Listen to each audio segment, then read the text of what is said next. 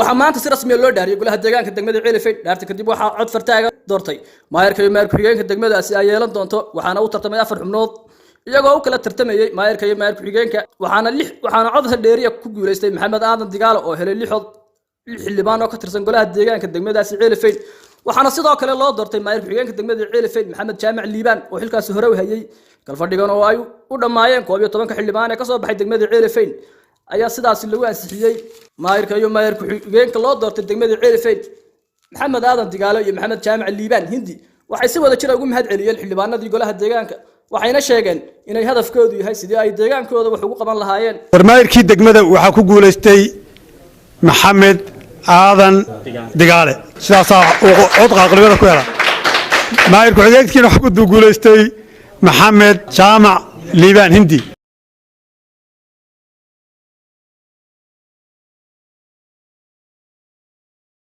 ummadda muddada dheer 5 sanadood dagaalka ku jirtay xaaladoodu ay adkaatay dhaqaalihii uu ka burburay kuwii soo qaadi lahaa waa inaan noqotaan kuwa magaalada nabadeeya kuwa mashaariic ka fuliya kuwa dadka isu soo dhaweeya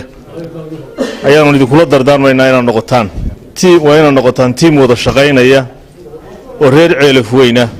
waanu idin hambalyeynaa dhammaantiinba ilaah baanu waana idinku ducaynaynaa ilaah waxaanu idinku baryaynaa idinku guuleeyo idinna gilgilka qabsada aniga iyo kuwa kale tartamayaasha ahaaba codkayagii halkan lagu fadhiyaa xildhibaanadaas noo haya waanu ku hambalyeynaynaa uma ciil qabno ugu dudimayno way naga guuleysteen waanu ku barbaar taaganahay kuwa maanta qabsaday waa nasiib badan yihiin oo nabadii oo cagaha dhulka dhigatay ayay qabsadeen waxaanu leenahay ka midha dhaliya oo nabad dawladnimo dhasha xagga dawladda ka dhalata oo xagga shacabka ka dhalata oo dhammaan degmada Ceelifeyn daafeeda ka dhalata insha Allah anana way idinku ducaynayna si ballaaran ugu mahad celinayaa maamulka heer gobol iyo heer degmaba xildhibaanada degmada la soo doortay ee sidoo kale anagana na doortay aad iyo aad bay u mahadsan yihiin iyo shacabweynaha kale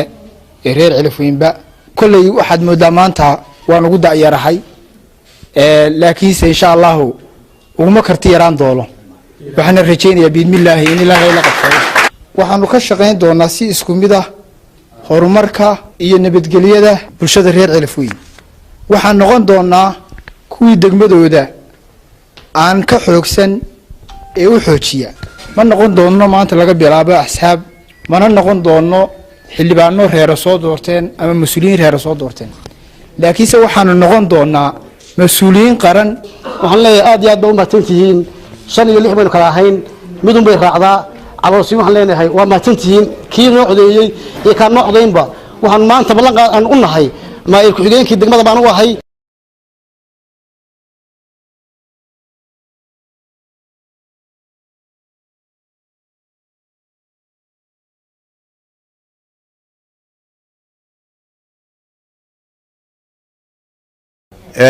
annaga oo tartameynay aniga iyo saaxiibkay Maxamed Aadan oo aqlabiyadii codka aan oo islaam miisaanku xaggaaga u janjeeraa xaqiisu u janjeersamay aad baan u hambalyeynaya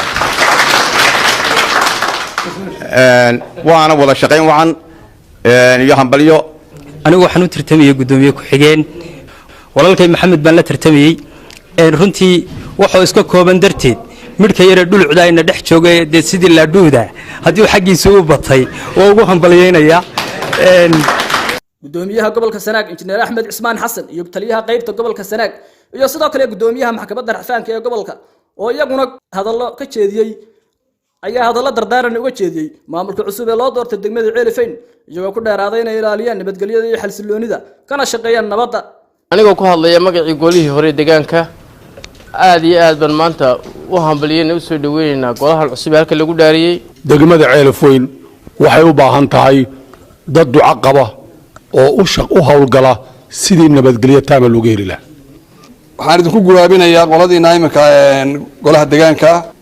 hawshii boogadhaysta turxaan bixinta ma kala qaadashada isu soo dhaweynta heshiiska wixii dhiman maanta xildhibaanada waanu hambalyeynayaa 11 maxaan ku dhahay xubnood ee degmada labada mas'uul waa u sii hambalyeynaya waa nin dhalinyaro ninka dhalinyartaana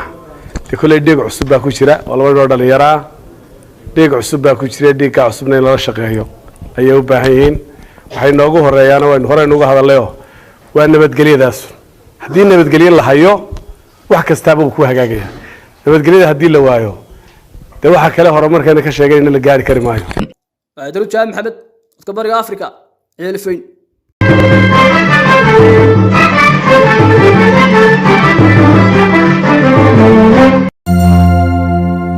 hadal oo ku hadal bishii oo dhan $7 oo kaliya ku darso fariin kasta oo aad dirtaana waa ku bilaash isticmaal shabakadda ugu ballaaran geyga Soomaaliland haddaba si aad ugu shubato adeega kaafiye fadlan garaac xidig 8 eber 8 afargees ama xidig 2 eber 2 afargees tayo waa Telesom